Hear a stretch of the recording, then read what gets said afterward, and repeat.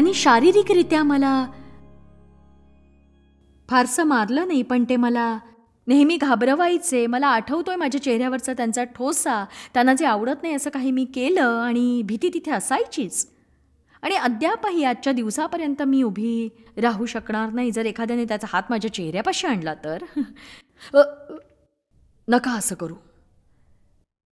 ते नियंत्रक होते.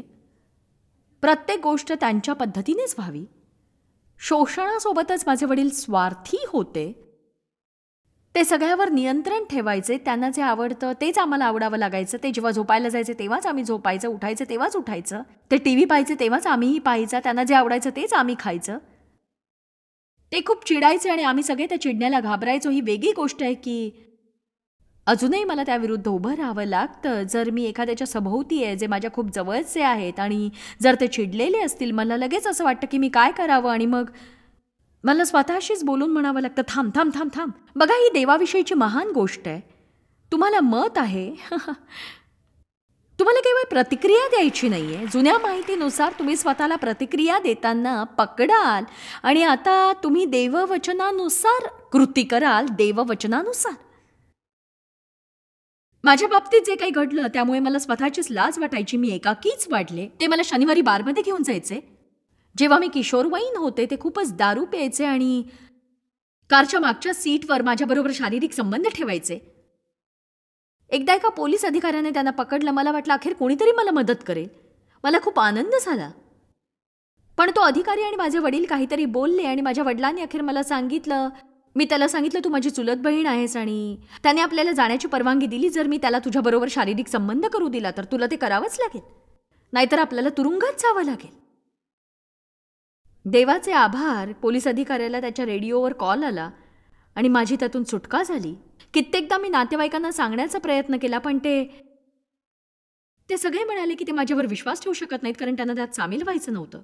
एकदा माझी आई दवाखान्यात गेली होती आणि मी माझ्या वडिलांना लांबलचक पत्र लिहिलं हे सांगत की मला या सगळ्याची खूप घृणा वाटते आणि दिवसातून कितीतरी वेळा मी आंघोळ करते त्यापासून सुटण्यासाठी आणि यासाठी पूर्ण धैर्य लागलं हे पत्र लिहून त्यांना हे सगळं थांबवा असं सांगण्यासाठी.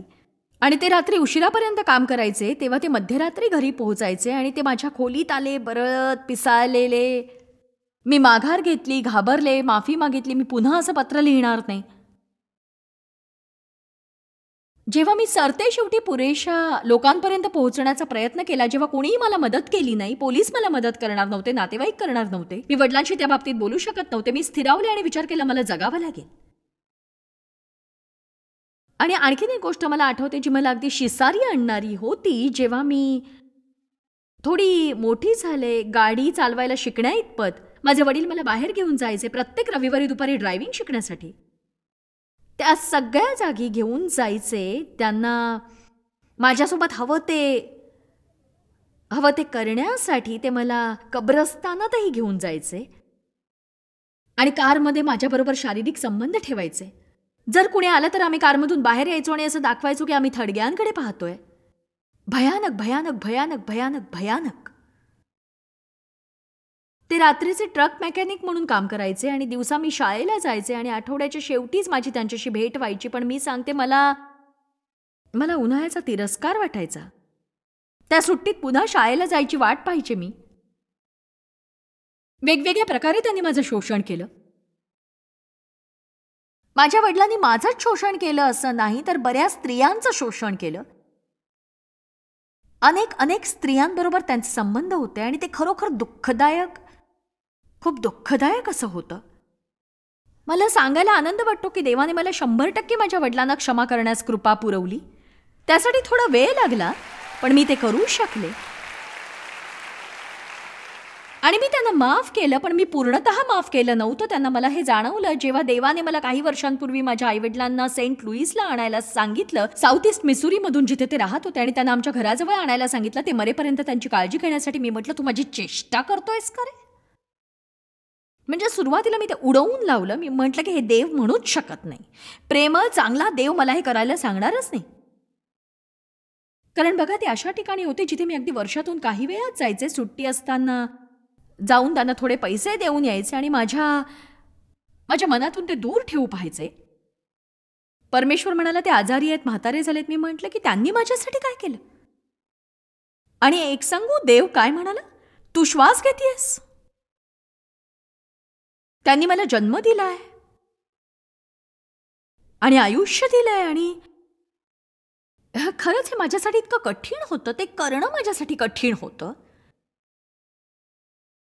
पण मला नंतर कळलं की परमेश्वर माझ्या बाबतीत कार्य करतो. मला हेही कळलं, परमेश्वर आपल्याला असं काही करायला सांगत नाही जर ते आपल्या भल्यासाठी नसेल. मला हवंय तुम्ही हे लक्षात ठेवा, परमेश्वर तुम्हाला असं काही करायला सांगणार नाही जर ते तुमच्या भल्यासाठी नसेल. जेव्हा तू तुझी साक्ष दिलीस, वस्तुस्थिती ऐकणं खूप सोपं आहे, पण ती एकटेपणाची आणि संपूर्ण परित्यागाची भावना खूप महत्वाची आहे. तर तू त्याच्याशी कसा सामना केलास तुझ्या विविध नातेसंबंधांमध्ये, त्या भावना न येण्यासाठी विविध नातेसंबंधांमध्ये? एक गोष्ट नक्की की एखाद्या कुणाला तरी वाईट वागणूक मिळत असेल, मग ती मार खाणारी पत्नी असो, अविश्वासणारा जोडीदार असो, पालक जे तुमच्यावर योग्य प्रकारे प्रेम करत नाही आहेत किंवा त्यांना तुम्ही नको आहात ही भावना तुम्हाला जाणवत असेल, असेही लोक आहेत ज्यांना दत्तक घेण्यात आलं आहे. त्यांना समजत नाही, त्यांना माहीत नसतं की का त्यांच्या जन्मदात्या पालकांनी त्यांना जवळ ठेवलं नाही. आणि अशा बऱ्याच गोष्टीतून ते जातात. आणि त्यापैकी एक गोष्ट आहे जी खूपच सुंदर आहे देवाबरोबरच्या नात्यात, ती म्हणजे तो सांत्वन करणार आहे. आणि ती खरोखर अलौकिक अशी शक्ती आहे जी तुमच्या आकलना पलीकडची आहे. जेव्हा तुम्ही देवाबरोबरच्या नातेसंबंधात प्रवेश करता, तो तुमच्या जीवनात समाधान करण्यास सुरुवात करतो. महत्वाची गोष्ट, तुमच्या मनाचं नूतनीकरण होतं. तुम्ही खरोखर करा, हरकत नाही देव तुमच्या बाबतीत काय करू इच्छितो. तुम्हाला शिकायचं आहे वेगळा विचार करायला.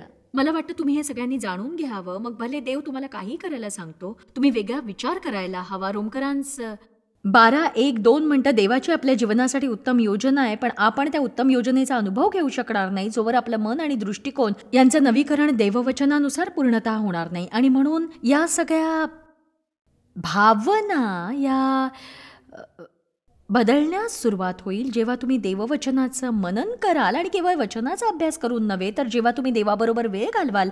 आणि लोक बऱ्याच विचारतात देवाबरोबर वेळ घालताना मी काय करू. तुम्ही काय करावं याचं काही सूत्र नाही आहे. ते म्हणजे केवळ देवाला वेळ देणं आहे.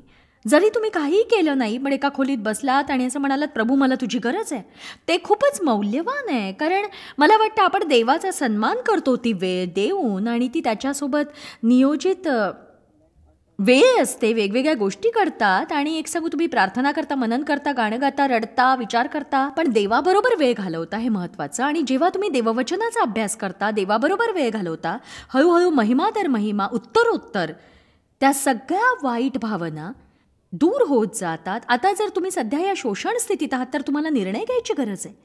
एखाद्याला माफ करणं म्हणजे जिथे तुम्हाला मारहाण होते आणि तुमचं शोषण होतं त्या स्थितीत राहणं नव्हे, बरं होण्याच्या त्या प्रक्रियेत, जी निश्चितार्थाने एक प्रक्रियाच आहे, त्या सगळ्या अयोग्य भावनेतून बाहेर पडण्याची लवकर किंवा नंतर परमेश्वर तुम्हाला त्या बिंदूपाशी आणेल जिथे ज्या लोकांनी तुम्हाला दुःखावलंय त्यांना माफ करण्याची तुम्हाला गरज भासेल. आणि मला त्या गोष्टीची कल्पना आहे, ते किती अशक्य कोटीतलं वाटतं, ते हास्यास्पद वाटेल, ते अयोग्य वाटेल, पण सार आहे की तुम्ही सगळं ते करू शकता. निर्णय घ्या ते करण्याचा, जे देव तुम्हाला सांगतोय. तुम्ही निर्णय घेऊन सुरुवात करा.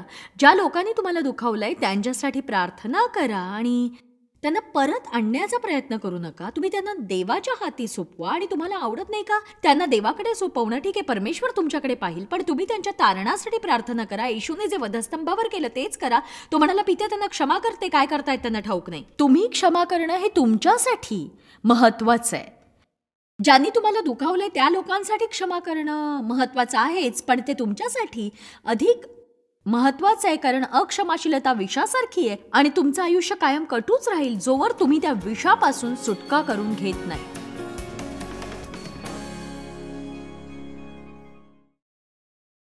जेव्हा मी माझ्या आईवडिलांना सेंट लुईसला राहण्यासाठी आणलं, त्यांना एक घर घेतलं, जवळपास आम्ही बचत केलेले पैसे सगळे खर्च केले. त्यांना कार घेतली, त्यांची कार खराब झाली होती, त्यांना फर्निचरची गरज होती. आम्हाला प्रत्येक आठवड्याला कुणाला तरी त्यांच्याकडे पाठवावं लागायचं त्यांना किराणा माल आणून देण्यासाठी. 3 वर्ष उलटली, माझ्या वडिलांमध्ये काहीच बदल दिसत नव्हता. ते चर्चला कधी कधी आमच्याबरोबर यायचे, पण ते अद्यापही धूर्तच सर्पाप्रमाणे धूर्त होते. आणि एके दिवशी सकाळी माझ्या आईने मला फोन केला, म्हणाली तुझ्या वडिलांना तुझ्याशी बोलायचं आहे, त्यांनी तुला बोलावलंय. ती म्हणाली मला ठाऊक नाही त्यांना काय झालंय, ते 3 आठवडे रडतायत. ती म्हणाली की तू इथे आलीस तर खरंच खूप बरं होईल. देव आणि मी गेलो, ते मला बघून रडायला लागले आणि म्हणाले की मी तुझ्या बाबतीत जे केलं ते खूपच वाईट होतं. आणि ते म्हणाले की मी 3 वर्षांपासून तुला हे सांगू इच्छितोय, पण माझी हिंमत होत नव्हती. आणि मग ते देवला म्हणाले की तुझ्या जागी दुसरा कोणी पुरुष असता तर त्याने मला ठार मारलं असतं, पण तू माझ्याशी वाईट न वागता उलट चांगलाच वागलास. आणि माझ्या वडिलांनी त्या दिवशी ख्रिस्ताला स्वीकारला. आम्ही 10 दिवसांनी त्यांचा बाप्तिस्मा केला. आमेन. 3 वर्षांपूर्वी ते मरण पावले, पण त्यांचा पालट झाला होता. म्हणजे ते अगदी छान वृद्ध व्यक्ती बनले होते. मी त्यांच्या गालावर पापी घेऊ शकायचे न घाबरता. तेव्हा नरकासाठी तो एक मोठा काळा डोळा होता. या सगळ्यात परमेश्वर कुठे होता? चला त्याविषयी क्षणभर बोलूया. मी 9 वर्षांची असताना माझा नव्याने जन्म झाला. मी माझ्या काही नातेवाईकांबरोबर चर्चला गेले. जेव्हा आम्ही साऊथ ईस्ट मिसुरीला त्यांना भेटायला गेलो, त्यांच्याकडे शनिवारच्या रात्री संजीवनाची सभा होती. आणि या जगात मला तारणाची गरज आहे हे मला कसं कळलं हे माझ्या कल्पनेपलीकडचं आहे. माझे आईवडील मला मी लहान असताना शेजारच्यांबरोबर लुथेरियन संडे स्कूलला पाठवायचे आणि मी पुरेसं देवाबाबत ऐकलं होतं. आणि मला वाटतं हे खरोखर गमतीशीर आहे, पण त्या रात्री जेव्हा मी चर्चला जायचं ठरवलं आणि मला तारण मिळण्याचं योजिलं, तो माझा हेतू होता. आणि मी माझ्या चुलत भावंडांना बरोबर घेतलं तारण प्राप्त करण्यासाठी. तो माझा हेतू होता. मी म्हटलं आज आपण चर्चला जाऊया, आपल्या सगळ्यांना तारण प्राप्त होणार आहे. आणि पालकांनी त्या रात्री कुणाला तारण हवंय हे विचारलंच नाही. मी खूप निराश झाले, पण माझ्यात तरीही धैर्य होतं. मी माझ्या 2 भावंडांना हाताशी घेतलं, पुढे गेले आणि पालकांकडे पाहिलं. माझ्या डोळ्यातून अश्रू ओघत होते. मी म्हटलं तुम्ही माझं तारण करू शकाल का? आणि मला आठवतंय त्यांनी तारणासाठी प्रार्थना केली. त्यांना खूप वाईट वाटलं. त्यांनी त्या दिवशी त्यासाठी विचारलं नाही म्हणून. त्यांनी आमच्यासोबत तारणाची प्रार्थना केली आणि खात्रीने मला ठाऊक आहे त्या क्षणी माझं पाप धुतलं गेलं. मला माझ्यातून जणू काही नदी वाहत असल्यासारखं वाटलं. तुम्हालाही असंच वाटेल असं नाही, पण मला वाटलं. मला काहीच ठाऊक नव्हतं, त्याचं काही शिक्षण नव्हतं किंवा कुणी बोलायला नव्हतं. आणि मी ते कधीच विसरणार नाही. दुसऱ्या दिवशी मी लपाछपीच्या खेळात लबाडी केली. माझ्या आजीच्या घरी माझ्यावर डाव होता. मी डोळे झाकले आणि जेव्हा माझा चुलत भाऊ लपायला गेला, मी त्याला पाहण्याचा मोह आवरू शकले नाही.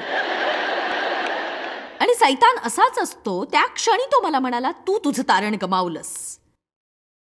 आणि त्यावर मी 20व्या वर्षापर्यंत विश्वास ठेवला.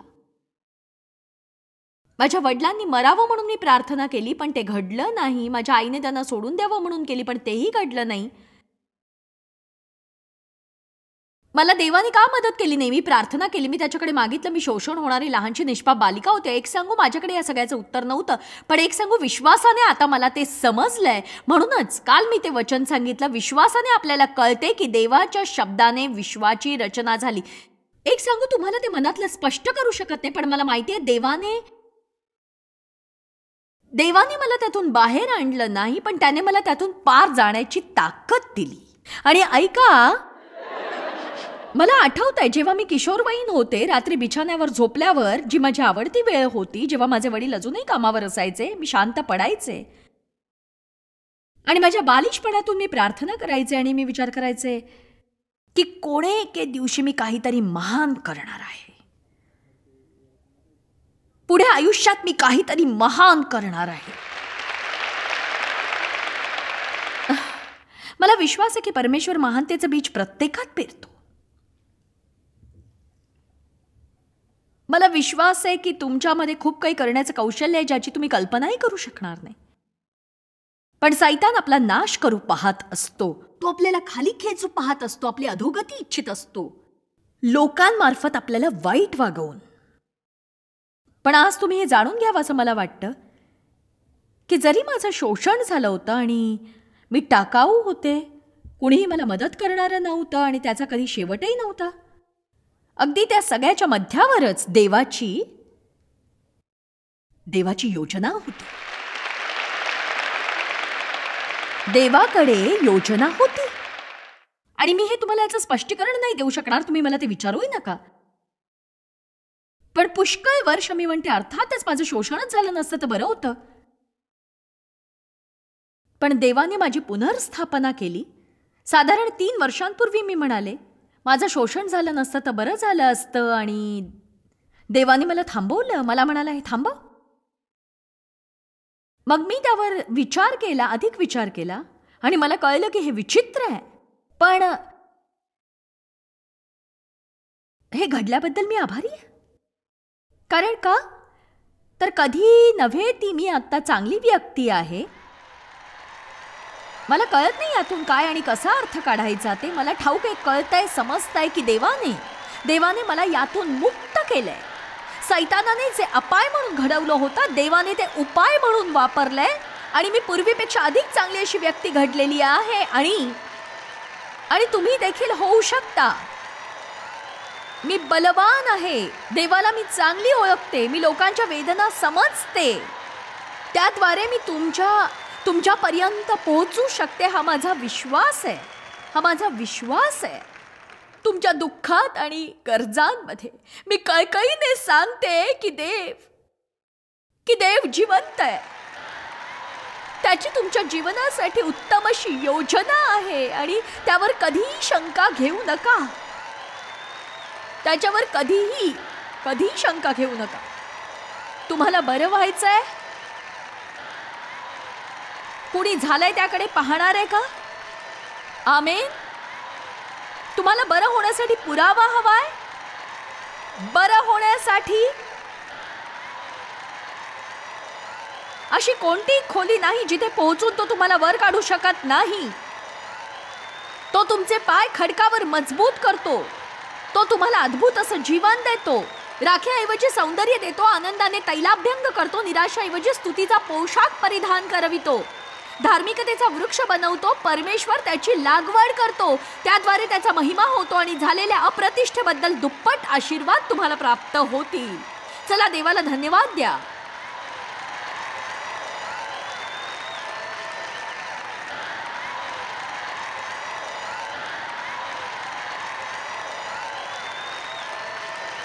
हालेलुया.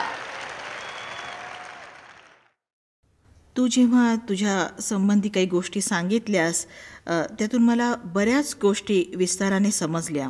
तुझ्या बालपणाविषयी ऐकून माझं मन भरून आलं. अगदी आजही एक स्त्री म्हणून केलेली पुनर्स्थापना मी बघत आहे. पण त्या सगळ्या लोकांचा विचार येतो जे म्हणतात हे माझ्यासाठी घडू शकत नाही. मी अजूनही तिथंच आहे. जॉयसला मिळालेलं आरोग्यदान मला मिळू शकत नाही. जॉयसवर देव वेगळी प्रीती करतो. तर तू लोकांना कसं पटवून देशील की तो भेदभाव न करता सगळ्यांवर सारखीच प्रीती करतो. ते सगळ्यांसाठी तो समान असतो. सगळ्यांसाठी तो. बघा, जर हे तुम्ही बघत असाल आणि तुम्ही विचार करत असाल की जिंजर जे म्हणाली हे जॉयससाठी आहे पण ते माझ्यासाठी नाही आहे, तर बघा, विश्वास ही पायरी आहे आणि तो उच्चार आहे. म्हणजे हे स्पष्ट होतं की तुम्ही जे योग्य करत आहात ते काम करत नाही आहात. अशी कल्पना करा, पण ते व्हायला हवं होतं. किंवा तुम्हाला दिसत नसेल तर का नाही बोलण्याने विश्वास दाखव. कसं ठाऊक आहे, मला विश्वास आहे देव माझ्यासाठी करू शकतो आणि मला विश्वास आहे तो माझ्यासाठी करणारच आहे. मला तशी आशा आहे, माझा विश्वास आहे.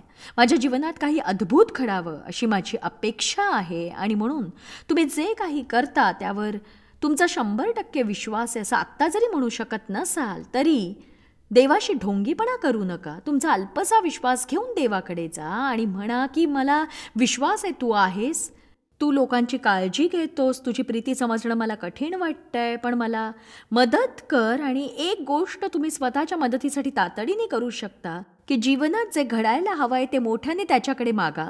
जमल्यास वचनाची त्याला जोड द्या आणि तुम्ही वचनातून म्हणजे कबूल करा. स्तोत्रसंहिता 27:10 असं म्हणतं की माझ्या आईबाबांनी मला सोडिले तरी परमेश्वर मला जवळ करील. आणि अशी एक गोष्ट मी नुकतीच शिकले आणि विज्ञानाने हे सिद्ध झालं आहे की आपल्या मनात जो विश्वास असतो ते शास्त्रीयदृष्ट्या सिद्ध झालंय की इतरांनी आपल्याला काही सांगण्यापेक्षा आपण आपलं मन सांगतं त्यावर जास्त विश्वास ठेवतो.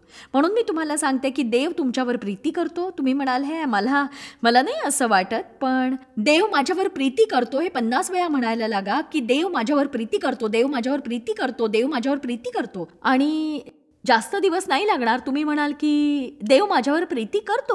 हेच तत्व मी माझ्या जीवनात वापरलं आणि देवाने माझ्या जीवनात जी पुनर्स्थापना केली त्यासाठी याचा खूप फायदा झाला. कारण बायबल सांगते ज्या गोष्टी अस्तित्वात नाहीत त्या असल्यासारखे तो आज्ञा देतो. तुम्हाला किंवा जे माझी शिकवण स्वीकारतात त्यांना माहिती आहे की माझ्या शिक्षणाचा मूळ गाभा आहे की तुम्ही मुखाने कबूल करून देवाशी सहमत व्हा. कारण बघा बरीच वर्ष मी शत्रूसोबत सहभागी होते. मी जरी ख्रिस्ती होते, मी चर्चला जात असे, मला कशाचीही पर्वा नव्हती, जीवनात कायम गोंधळच होता आणि माझं असं शोषण झाल्यामुळे स्वतःची कीव करावीशी वाटायची. आणि शेवटी एका बिंदूवर येऊन माहिती आहे काय म्हणावं असं वाटतं की माझ्या बाबतीत जे घडलं त्याला काही उपाय नव्हता.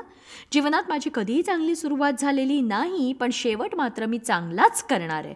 तुमच्यापैकी प्रत्येकजण हे करू शकतो. हरकत नाही तुमची सुरुवात कशी झाली असेल.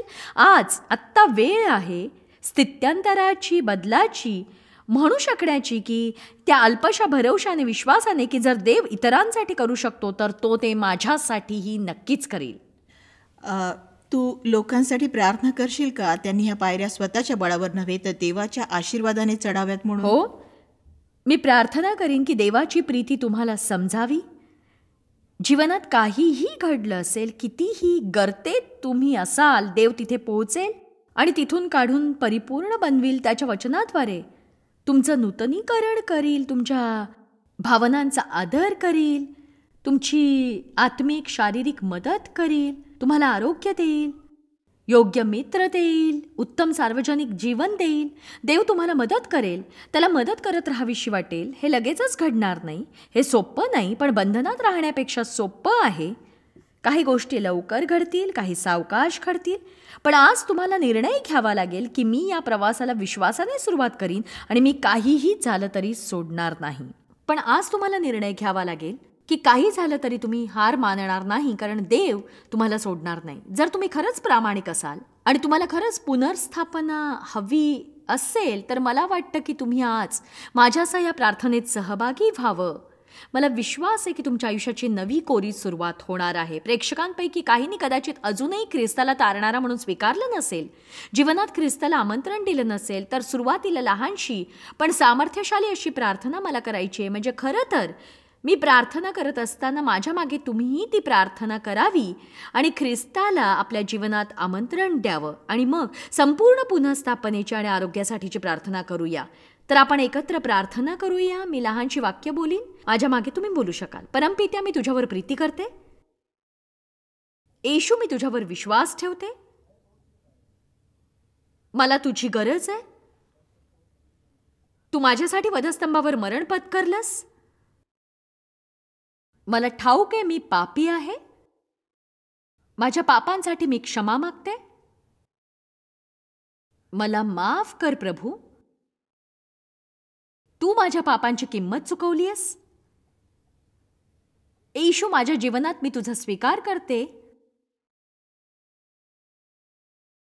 मी स्वतःला आत्ताच तुझ्या हाती सोपवते. तुला शरण येते. स्वतःला तुझ्या स्वाधीन करते. मी जशी आहे तसा माझा स्वीकार कर. माझ्यामध्ये कार्य कर आणि तुला हवं तसं मला घडव. मला विश्वास आहे माझ्या पापांची क्षमा झाली आहे. माझं तारण झालेलं आहे. मी स्वर्गाच्या मार्गात आहे आणि त्या प्रवासाचा आनंद मी लुटणार आहे. देवा, मी तुला शरण येते जीवनातील संपूर्ण आरोग्यासाठी, संपूर्ण पुनःस्थापनेसाठी आणि पूर्ण मुक्ततेसाठी. जे काही जीवनात मी गमावलंय त्यासाठी तू माझा न्याय कर. मी जर कुणाला दुखावलं असेल त्या माझ्या चुकांची तू भरपाई करून दे. त्यांची अधिक भरपाई करण्याजोगे असल्यास मला ते दाखवून दे. पण मी ते केवळ तुझ्या सामर्थ्यानेच करू शकते. मी केवळ तुझ्या सामर्थ्यानेच हे करते.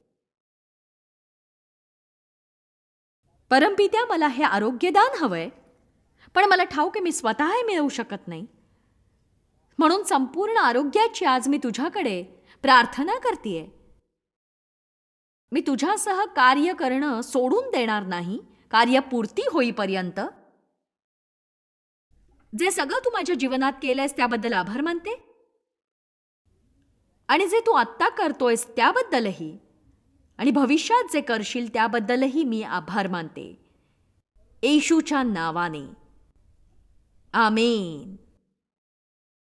मला वाटतं तुम्ही नवीन कोऱ्या जीवनाच्या मार्गात आहात, आणि जॉय स्माइल्स मिनिस्ट्रीद्वारे आम्ही नक्कीच तुमच्या सोबत असू, आणि आमच्या शिक्षणाची साधन सामुग्री तुम्हाला नक्कीच मदत करू शकेल. पुस्तकं, CD, DVDs, तसंच प्रार्थनेसाठी तुम्ही ऑफिसमध्ये फोन करू शकता. तुमच्या गरजेसाठी, तुमच्या मदतीसाठी, तुमच्या माहितीसाठी शक्य असल्यास आमच्या अधिवेशनाला या. त्याचा तुम्हाला फायदा होईल हा मला विश्वास आहे. आम्ही तुमच्यावर प्रीती करतो, तुमची काळजी घेतो. पुढील वचनाने मी आजची समाप्ती करते. जो देव आम्हा सर्वदा ख्रिस्ताच्या ठाई जयोत्सवाने नेतो आणि सर्व ठिकाणी आमच्याद्वारे आपल्याविषयीच्या ज्ञानाचा परिमल प्रगट करतो, त्याची स्तुती असो. देव तुम्हाला आरोग्य देव, तुमचा उपयोग करो. देव तुम्हाला आशीर्वादित करो.